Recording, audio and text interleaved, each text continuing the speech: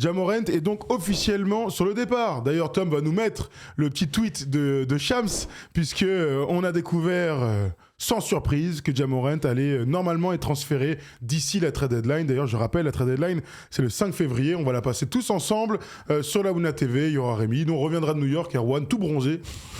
On descend de l'avion, on va directement à la Wuna TV. Il y a un point soleil à Manhattan ou quoi? Peut-être.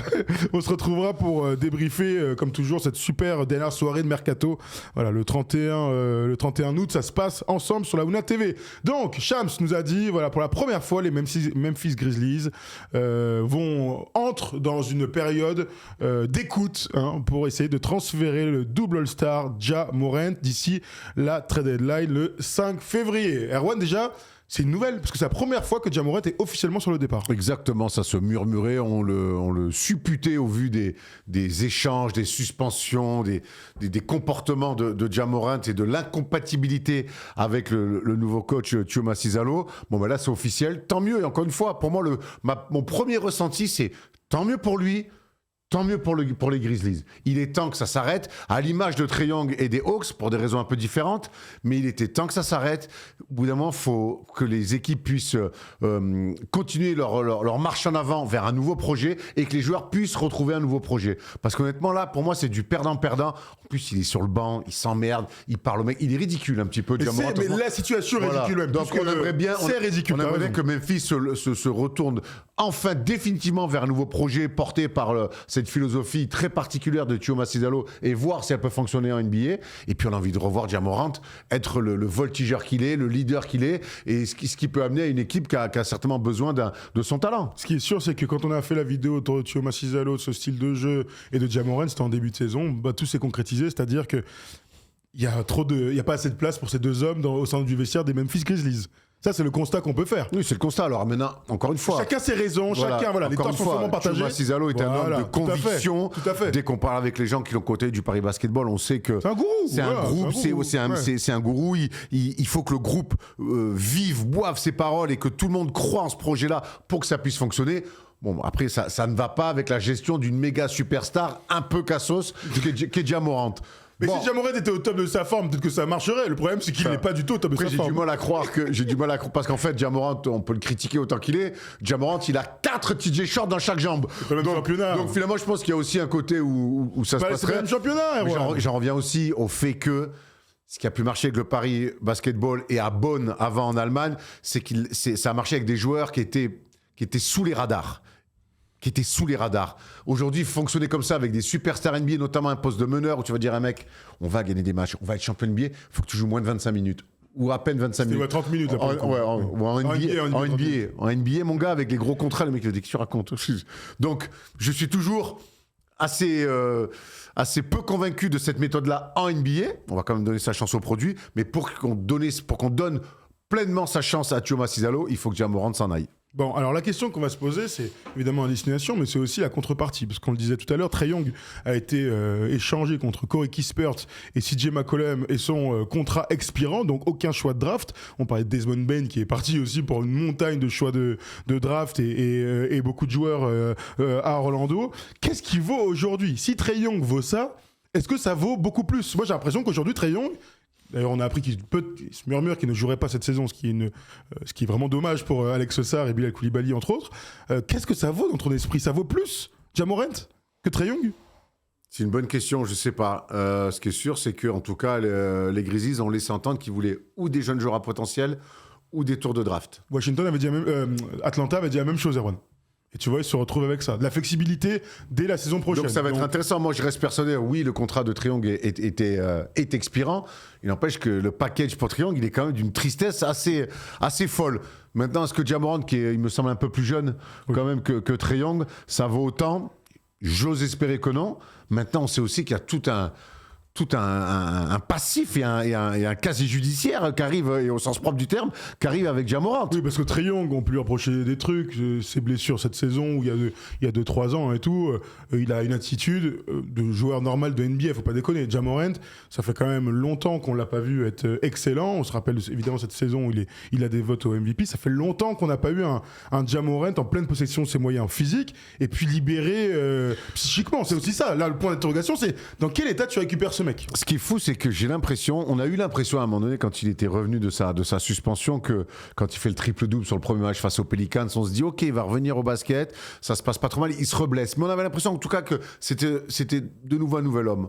Et en fait, pas du tout. Il continue à faire chier, il continue à avoir des comportements incroyables. Même quand il est sur le banc, il continue à s'embrouiller, il va chambrer Klay Thompson dans une interview d'après-match. Enfin, ce mec-là, au bout d'un moment, il a pris la relève de Mike Conley, il a amené les Grizzlies dans une transition ultra rapide vers des résultats toujours aussi bons. On se dit, waouh, mais et un kiff du spectacle.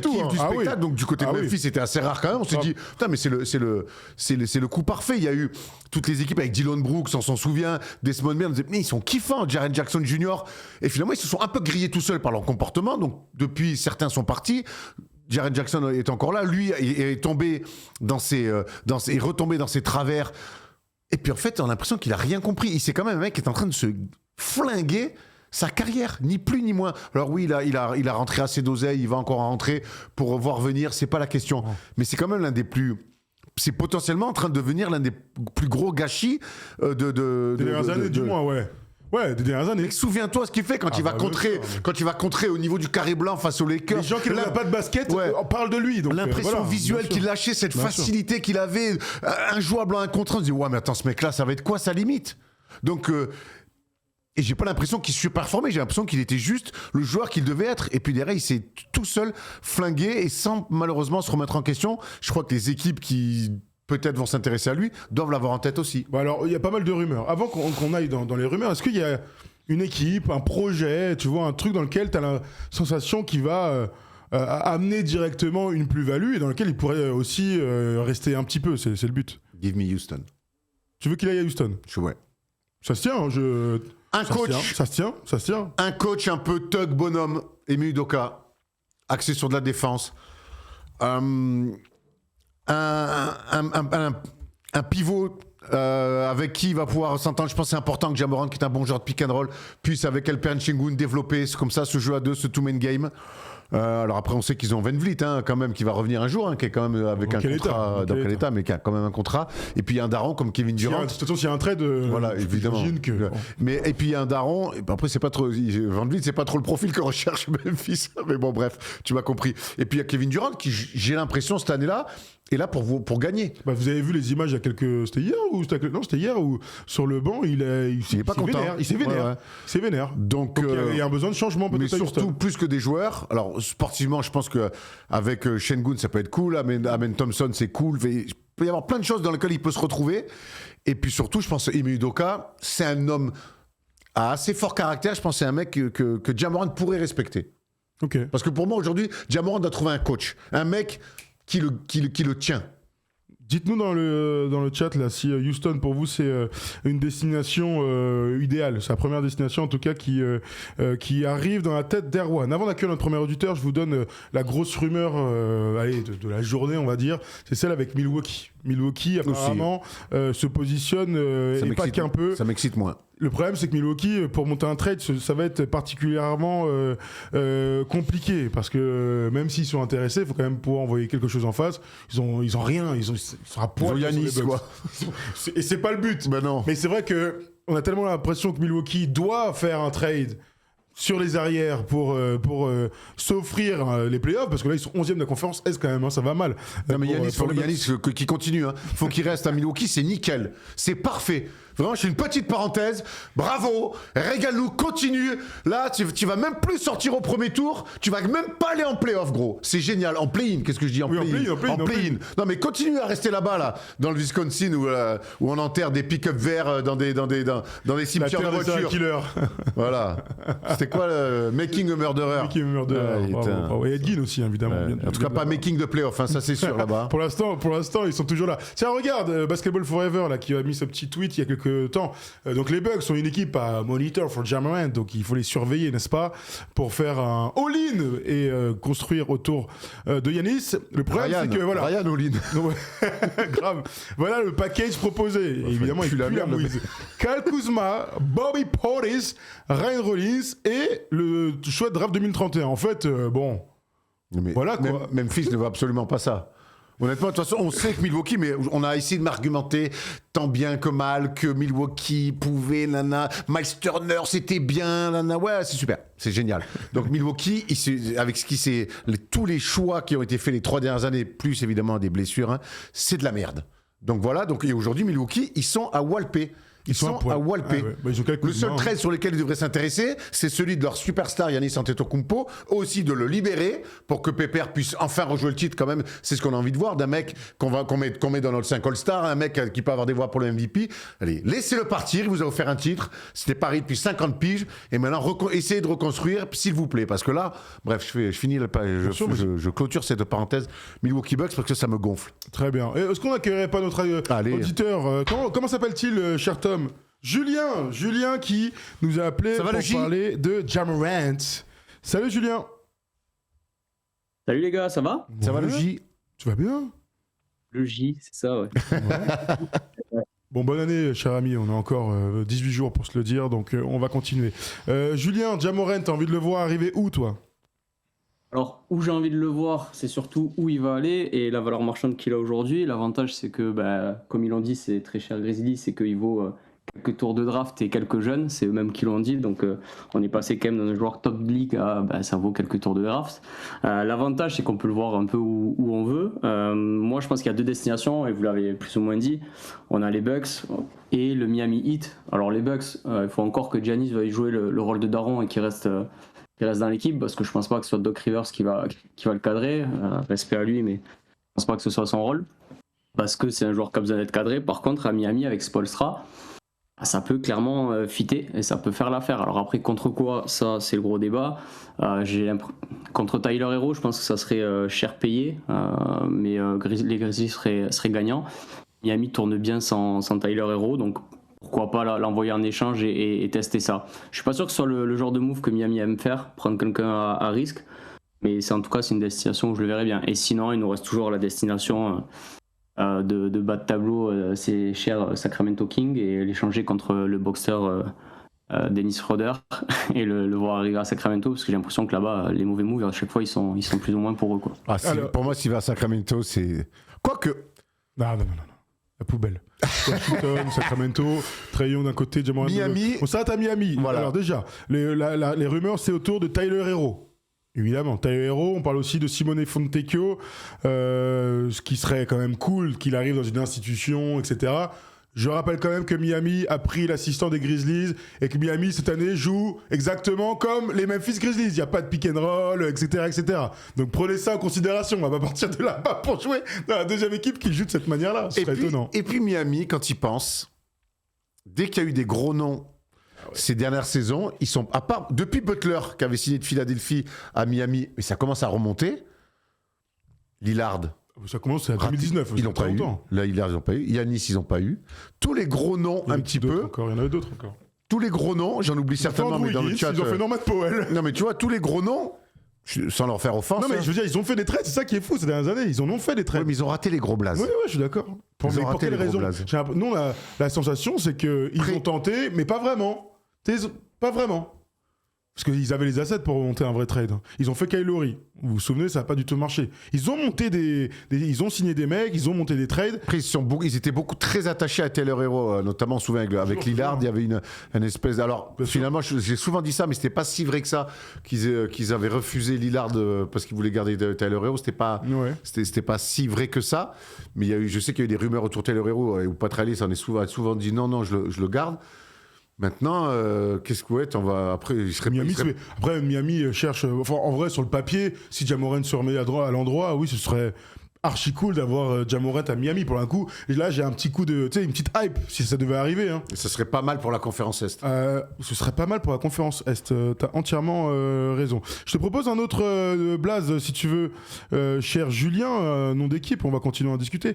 Il y a Toronto apparemment qui serait chaud. Alors, Immanuel Quickley, vous avez vu hein, que il a été proposé contre Trae Young. Et Atlanta a dit, vous avez vu son contrat de malade mental là, on veut pas de ça, on préfère CJ McCollum et le salary cap qui va se réduire. Donc on parlerait de Quickley, on parlerait de Agbaji, on parlerait d'un premier tour, etc. etc. Eux, ils ont le package qui peut intéresser Memphis. Après, t'imagines dans cette bonne saison des Raptors de casser ce semblant de dynamique, alors qu'ils galèrent depuis, tu vois, c'est une équipe... bon, ce serait quand même un peu dommage de casser la dynamique. Mais tu progresses. Non, tu progresses pas si t'es Toronto que tu fais Ja Morant. Mais clairement, c'est ce que j'allais dire. Le package, moi, je le prends direct si je suis Toronto, parce que ils sont sur une bonne lancée. Mais, enfin, soyons honnêtes, ça va pas aller péter bien haut. Alors qu'un Ja Morant qui revient en forme avec ce qu'on connaît de lui, ah ben là, c'est clairement plus la même. Donc non, moi, je suis d'accord le package de suite, Quickley, le tour de draft et un deuxième joueur tous les jours. Et ça arrange Memphis Grizzlies qui de toute façon n'en veulent plus. Après, voilà, quel Ja Morant on récupère. Là, je suis d'accord. Si c'est quelqu'un qui vient et qui est blessé tous les 3 matchs, qui a pas envie de jouer à Toronto parce qu'au Canada il fait froid et qui fout la merde dans le vestiaire, bah ouais, là clairement la dynamique elle va péter en plein vol, alors que bah elle est assez cool depuis le début de l'année. Mais je pense que c'est justement Toronto le risque à prendre. Je pense qu'il serait plus chez eux que chez le Heat. Intéressant, t'as raison, hein, sur le papier, là, regarde, Tom nous a mis ce win now, c'est un win now move pour Toronto, ce serait un sacré signal envoyé à fanbase, hein. Tu fais en quelques temps RJ Barrett, tu fais Brandon Ingram, Potel aussi, qui est arrivé entre les quelques temps, et tu ferais Ja Morant, ça dort pas, quoi. Ça veut dire il est parti pour des mecs qui ont envie de se bouger qui ont envie de tenter des choses. Bon, ok, Toronto, pourquoi pas, même si, à part si vous êtes Canadien, vous savez que c'est... Toronto, il n'y a personne qui arrive à s'emballer quand il y a des trades à Toronto, malheureusement pour la quand franchise. c'est Kawhi, quoi. Ouais, tout à fait, de la preuve, il y resté longtemps. Il les a fait gagner, t'es mauvais. Mauvaise. Évidemment, tu as parlé de Sacramento, il y a aussi Brooklyn qui surveille la situation. De toute façon, si Ja Morant finit à Sacramento ou à Brooklyn, on l'a compris, c'est-à-dire que personne ne le veut. Sachant que la situation est quand même vachement différente par rapport à celle de Trae Young. Trae Young, il avait une player option, il a une player option pour l'année prochaine. C'est lui qui décidait s'il voulait aller dans un endroit et se barrer lors du prochain été. Là, Ja Morant, il lui reste 2 ans de contrat encore. 2 ans de contrat, donc il faut qu'il arrive dans un endroit où ça se passe bien, parce que sinon, il y a tout pour qu'il foute son bordel. Je serais déçu quand même qu'il aille dans une équipe Bourbier. Comme j'ai été déçu pour Trae Young, même si il y a plein de jeunes joueurs je trouve que dans le potentiel de joueurs, Washington est en avance quand même sur Brooklyn. Dans le pool de joueurs qui peuvent devenir vraiment des bons gars NBA, et à voir par la suite comment tu les encadres, ou même peut-être ce que certains peuvent devenir des numéros 1 ou des numéros 2. Si déboule à Brooklyn, mon gars, c'est... Je pense qu'il a plus ça en lui, par contre, d'être le numéro 1 d'un mec qui peut ramener une franchise à lui-même. Il faut qu'il arrive dans un truc où c'est un peu cadré quand même. Julien, Tom nous propose ce tweet de Ashley Nickel-Mouse. Ça c'est pas généré par IA, avec un gros potentiel, arrivé à Orlando, toujours à la recherche d'un véritable meneur de jeu. Ja Morant, Jalen Suggs, Franz Wagner, Paulo Banchero, Jonathan Isaac dans 5 majeurs, improbable. Bane, il joue pas, il pas titulaire. Desmond Bane, il joue pas. Il a été trade, ok, d'accord. Allez, merci pour le tweet. Qu'est-ce que c'est que ce truc? Il envoie Jalen Suggs, deuxième idée. Il y a Ja Morant qui arrive. Jalen, t'inquiète pas, on va te décaler à la place de Desmond Bane. Pour la défense de Tom qui a fait l'excellent travail. Le tweet datait du 1er mai 2025. Donc oui, non, c'était bien tenté, mon Tom. Mais c'est quand même une bonne idée l'année dernière, dit-il. Oui, t'as raison. Il retombe toujours sur ses pattes, celui-là. C'est un vrai 4. Tout à fait. Il y a beaucoup de gens qui nous parlent de Portland contre Drew Holiday, qui est en contrat expirant. T'en dis quoi, Julien? Alors, Drew Holiday, déjà, je suis pas sûr que c'est ce que a besoin Memphis et c'est ce que veut Memphis. 36 ans, je crois, Drew Holiday. Drew. Drew Holiday. Tu l'appelles Drew. C'est Drew. J-R-U. Ouais. J'ai des problèmes de phonétique. C'est pas grave, t'inquiète, on connaît.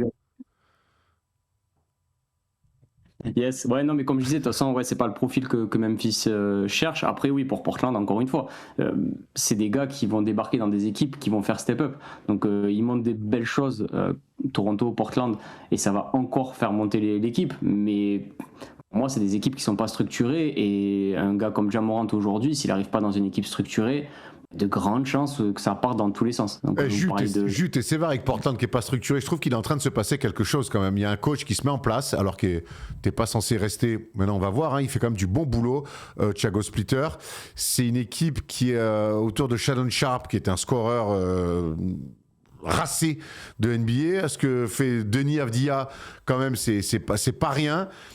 Klingan, il est 4e, 3e rebondeur ex aequo de NBA. Hein. Donc, je trouve que c'est pas vraiment l'équipe que je définirais de non structurée. Tout à fait. Et ça se met en place. Je suis d'accord, mais ça se met en place. C'est-à-dire que est-ce que en plein milieu de la saison que tu te mets en place et comme vous le dites, ça fonctionne bien, tu fais venir un Jamorant dans l'état où il est. Risqué. Après, en fin d'année, why not hein. Ils ont fini de bien structurer, ils ont le temps d'intégrer le trade, on sait ce que ça donne. Hein. En plein milieu de saison, un gars qui débarque, il n'a pas le temps d'intégrer les systèmes, etc. Enfin, ouais, après, je suis d'accord, c'est plus structuré et ça montre des choses. Et moi, je crois fort au projet de Portland. Mais en plein milieu de saison, comme ça, récupérer Jamorant, je trouve que c'est risqué. Le problème, c'est que peut-être que cet été, tu n'auras pas ce choix-là et tu l'auras plus, en tout cas, ce choix. Donc, il faut savoir aussi prendre les opportunités du marché quand elles arrivent. Après, sachant que je vous donne un truc à Erwan par rapport à Portland. Jeremy Grant, 32 millions cette saison, 34 l'année prochaine, 36 en player option celle d'après. Et Jrue Holiday, c'est la même chose. Vous vous souvenez, avec Boston, à la fin de son parcours avec Boston, hop, ils lui ont donné 135 millions, je sais pas, pour service rendu, j'imagine. Et donc, il lui reste lui aussi 3 ans de contrat. Donc, c'est quand même des mecs d'un âge assez avancé, plus pour Jrue Holiday que pour Jeremy Grant, et des gros contrats encore à 35 millions où il va falloir les financer. Parce que si t'es pas une bonne équipe avec un bon plan, ça, c'est quand même une masse salariale qui est plombée à cause de mecs qui sont tout le temps blessés. Hein. Tout le temps blessé. Donc Portland, il y a ça à prendre en ligne de compte. Donc demain, il y a Jamorant qui arrive à Portland. Je comprends ce que tu veux dire. À un moment donné, Jamorant, s'il vient, tu le prends et tu le fais jouer et basta. Hein. Ils n'ont pas eu de meneur comme ça depuis Damian Lillard. Ah, ouais, ça tombe bien, il est dans l'effectif. C'est vrai. Et Scoot Anderson aussi, je sais que vous ne le saviez pas. Mais la disparition. Aïe. Le némésis de Victor. Ah ouais, ça a duré un match. Un match, parce que le deuxième, il s'est blessé. C'est vrai en plus. Ça. Avec cette comparaison terrible. 0-0-0, mais le gars était blessé. Le pauvre, sur le deuxième match à Las Vegas, avec les Mets, vous vous souvenez, là, de Victor Wembanyama. Est-ce que vous avez d'autres équipes que vous aimeriez qu'on discute, puisque je vois OKC, bon là c'est peut-être pour la blague plus qu'autre chose. Laisse-moi voir, est-ce qu'il y a du quoi on parle de Dallas aussi. Qu'est-ce que vous me dites encore ? Et évidemment Minnesota, on en a parlé tout à l'heure de Minnesota. Ah bah tiens Julien, tu vas nous dire, est-ce que Minnesota c'est pas le bon endroit pour Jamorant ?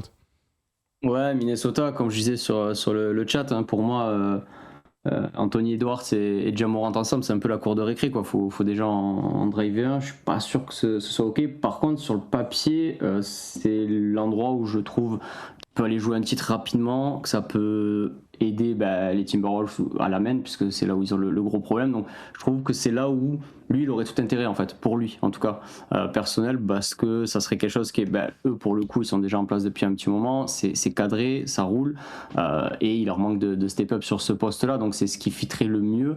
Après voilà, je pense que je le répète, mais j'ai des doutes sur ce que ça va donner en fait Jamorant, mais en tout cas dans ce projet là, ouais, pourquoi pas. En tout cas les Wolves, moi je pense que c'est le fit le mieux pour Jamorant. Jamorant pour Naz Reid, Mike Conley, Rob Dillingham, Leonard Miller, un choix protégé top 10 en 2030 et un top 5 2032. Franchement, s'ils se retrouvent avec ça, bravo à nos amis. Il y a quelques dernières équipes, là, 2 équipes encore que je voulais vous proposer, Erwan. La première, c'est Chicago, contre Kobe White, Patrick Williams, un tour de draft. Est-ce que Josh Giddey et Jamorant, c'est envisageable? Josh Giddey est un joueur tellement malin que tout peut fonctionner avec lui. Maintenant, oui, Chicago, mais pour faire quoi? Ah bah pour jouer dans une franchise historique, et essayer de gagner des matchs. J'ai envie de te dire, à part Brooklyn, toutes les équipes de la conférence Est, je trouve ça cool que Jamorant fasse le transfert pour aller dans la conférence Est. T'es d'accord avec ça, Julien? Ouais, c'est ce que je pensais tout à l'heure. De toute façon, il y a de fortes chances avec toutes les teams qu'on dit qui basculent sur la conférence Est. Et ouais, assez hype de ce truc-là, ouais. Dernière équipe que je voulais vous proposer, c'est évidemment cette espèce de chimère, là, ce truc, ce fantasme, Jamorant aux Pelicans avec Zion, pour les déchus. Oh là là. Les stars déchus. En plus l'un que l'autre. Ils sont pas 1 et 2 de la même draft? Ils sont 1 et 2 de la même draft. Ils sont 1 et 2 de la même draft. Non, c'est pas de 1 et 2 de la même draft. Non. Je vérifie quand même. De tête, si, il me dit. Alors, qu'est-ce que t'en penses? Non, Pelicans. Pelicans, Ah, en fait, c'est très dur d'en parler. Hein. Donc vas-y, juste, je te file la main. 1 et 2, c'est ça.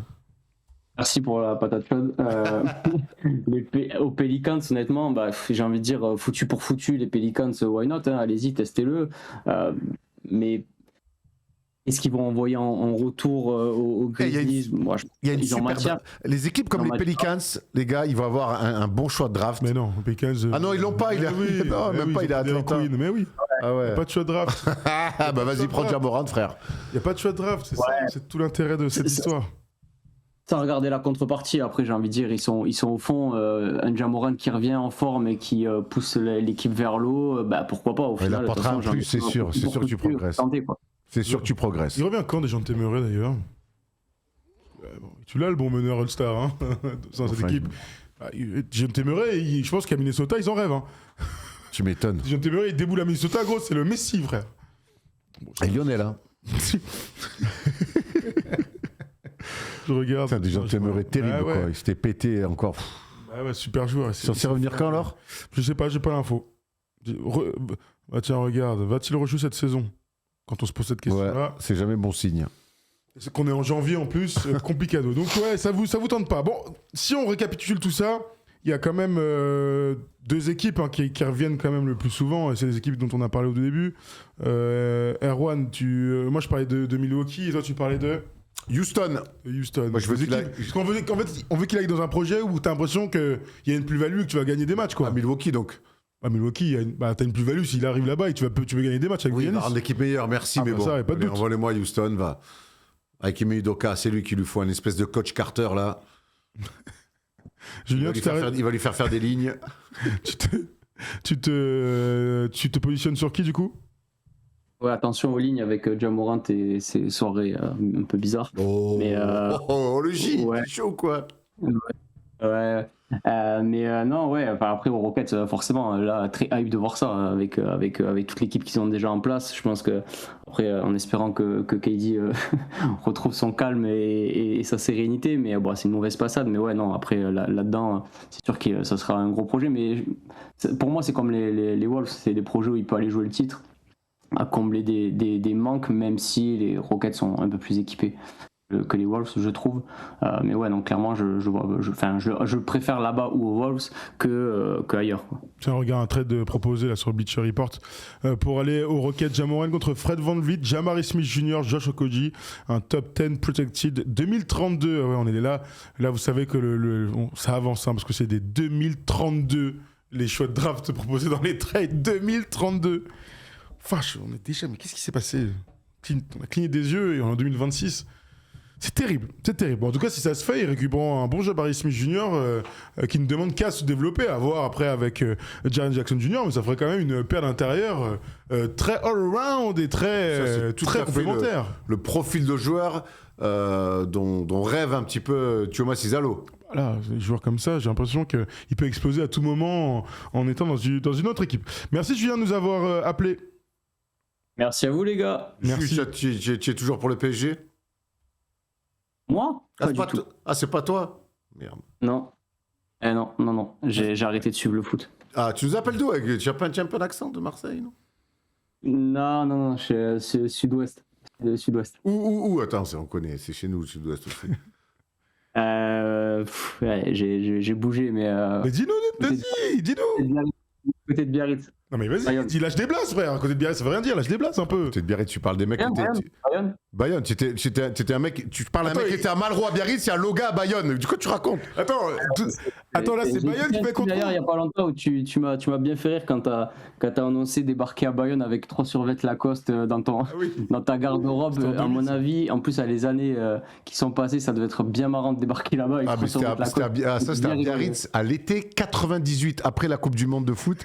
Donc c'est l'année où je vais en centre de formation et oui, j'étais arrivé avec une belle panoplie de survêtements Lacoste avec 5 ou 6 couleurs différentes. Autant te dire que ça a détonné au milieu des surfeurs. Mais je les ai pas gardés longtemps. Alors, et quand on vous pose la question, vous venez d'où? Répondez-nous directement des. T'as vu, là, on a fait Géopardy.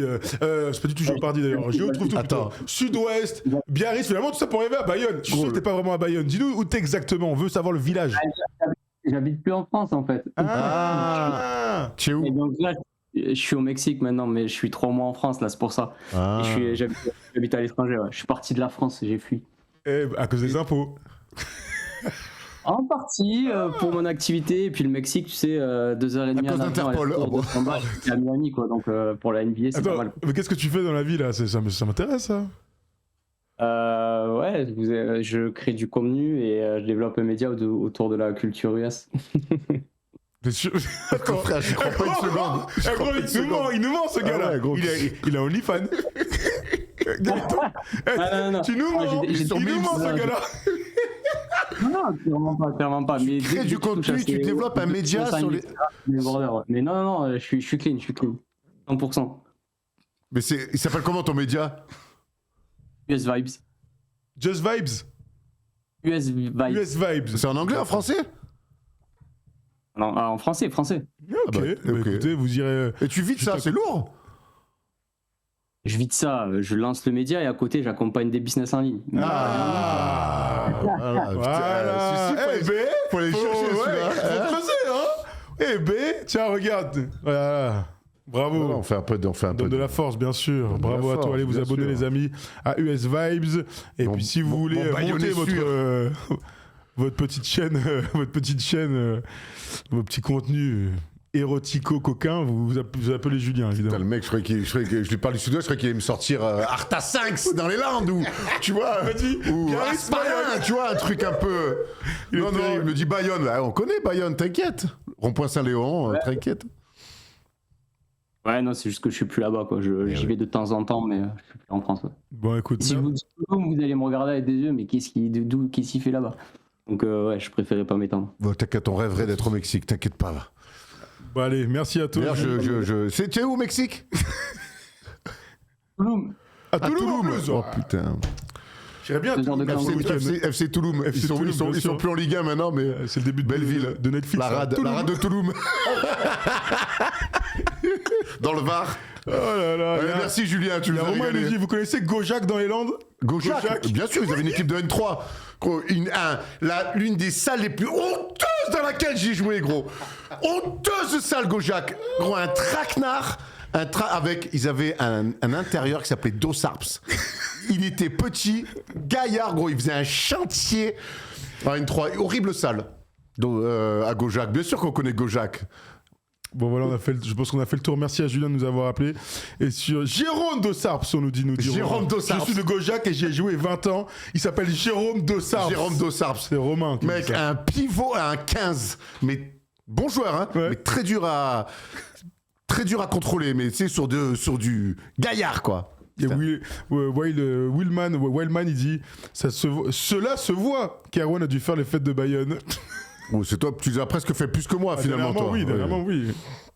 Dis directement ça, frère, cela. On est pas. Bref, allez, si vous aimez Ja Morant, vous nous dites où est-ce que vous voulez qu'il arrive. Puis nous, on va pouvoir enchaîner sur nos All-Stars. Y aura-t-il Ja Morant? Surprise!